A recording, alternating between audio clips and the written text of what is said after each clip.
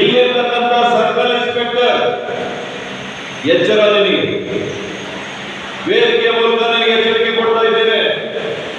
ಏನ್ ತಿಳ್ಕೊಂಡಿದ್ದೀಯ ನೀನು? ಏನ್ ತಿಳ್ಕೊಂಡಿದ್ದೀರಿ ನೀವು? ಬದುಕಿದ್ದಾರೆ. ಒಬ್ಬ ಹುಡುಗನ ಸಾವಿದೆ ನಿಮ್ಮ ನೇರ, ನಿಮ್ಮ ಕುಂಭಕ್ಕೂ ಕೂಡ ಕಾರಣ ಇದೆ ಅಂತ ನಾನು ಇವತ್ತು ಈ ಸಂದರ್ಭದಲ್ಲಿ ಆರೋಪ ಮಾಡ್ತಾ ಇದ್ದೇನೆ. ಸುಮ್ಮನೆ ಬಿಡಲಿಲ್ಲ. ಆವಲಗುರಿಕೆಯಲ್ಲಿ 16 ವರ್ಷದ ಯುವಕ ಆತ್ಮಹತ್ಯೆ ಮಾಡಿಕೊಂಡಿದ್ದಾರೆ. ಇದೆಯಾ ಕಾನೂನು ಸುವ್ಯವಸ್ಥೆ ರಾಜ್ಯದಲ್ಲಿ? ಈ ಜಿಲ್ಲೆಯಲ್ಲಿ ಕಾನೂನು ಸುವ್ಯವಸ್ಥೆ ಇದೆಯಾ?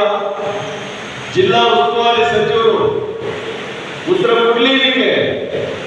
ಏಕೆ 16 ವರ್ಷದ ಹುಡುಗ ಆತ್ಮಹತ್ಯೆ ಯಾಕೆ ಮಾಡ್ಕೊಂಡ?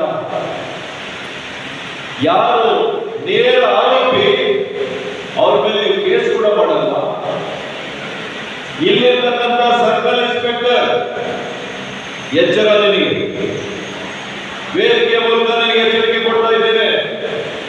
ಏನ್ ತಿಳ್ಕೊಂಡಿದ್ದೀಯ ನೀನು? ಏನ್ ತಿಳ್ಕೊಂಡಿದ್ದೀರಿ ನೀವು? ಬದುಕಿದ್ದಾರೆ. ಒಬ್ಬ ಹುಡುಗನ ಸಾವಿದೆ ನಿಮ್ಮ ನೇರ, ನಿಮ್ಮ ಕುಂಭಕ್ಕೂ ಕೂಡ ಕಾರಣ ಇದೆ ಅಂತ ನಾನು ಇವತ್ತು ಈ ಸಂದರ್ಭದಲ್ಲಿ ಆರೋಪ ಮಾಡ್ತಾ ಇದ್ದೇನೆ. ಸುಮ್ಮನೆ ಬಿಡಲಿಲ್ಲ. ಅವರು ನೋವಿನಲ್ಲಿ ಆ ಕುಟುಂಬ ಇದ್ರೆ ಆ ಕುಟುಂಬದ ಮನೆ ಮೇಲೆ ಹೋಗಿ ಕಲ್ಲೆಸಿದ್ದೀರಾ? ಅದನ್ನು ನೀವು ಕುಂಭ ಕೊಡೋದಕ್ಕೆ ನೀವು ಪೊಲೀಸರಿಗೆ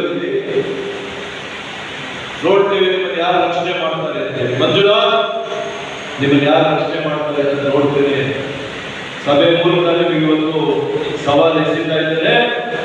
ನಿಮ್ಮನ್ನ ಸುಮ್ಮನೆ ಬಿಡಲಿಲ್ಲ. ಯಾರು ನೋಡಿ ನಿಮಗೆ, ಯಾರು ನಿಮಗೆ ಸಹಕಾರ ಕೊಡ್ತಾ ಇದ್ದಾರೆ, ಯಾರು ನಿಮಗೆ ಕುಂಭ ಕೊಡ್ತಾ ಇದ್ದಾರೆ, ಯಾರು ನಿಮ್ಮನ್ನು ಕಾಪಾಡ್ತಾರೆ ನಾನು ನೋಡ್ತೀನಿ. ನೀವಿರೋದು ಕಾಕಿ ಬಟ್ಟೆ ಹಾಕೊಂಡಿರೋದು ಜನರ ರಕ್ಷಣೆ ಮಾಡಲಿಕ್ಕೆ, ಪ್ರಾಣ ತೆಗೆಯಲಿಕ್ಕಲ್ಲ. ಕಾನೂನು ಸುವ್ಯವಸ್ಥೆ, ಇವರೆಲ್ಲ ಕೂಡ ಕಾನೂನು ಸುವ್ಯವಸ್ಥೆ ಮಾಡ್ತಾರೆ.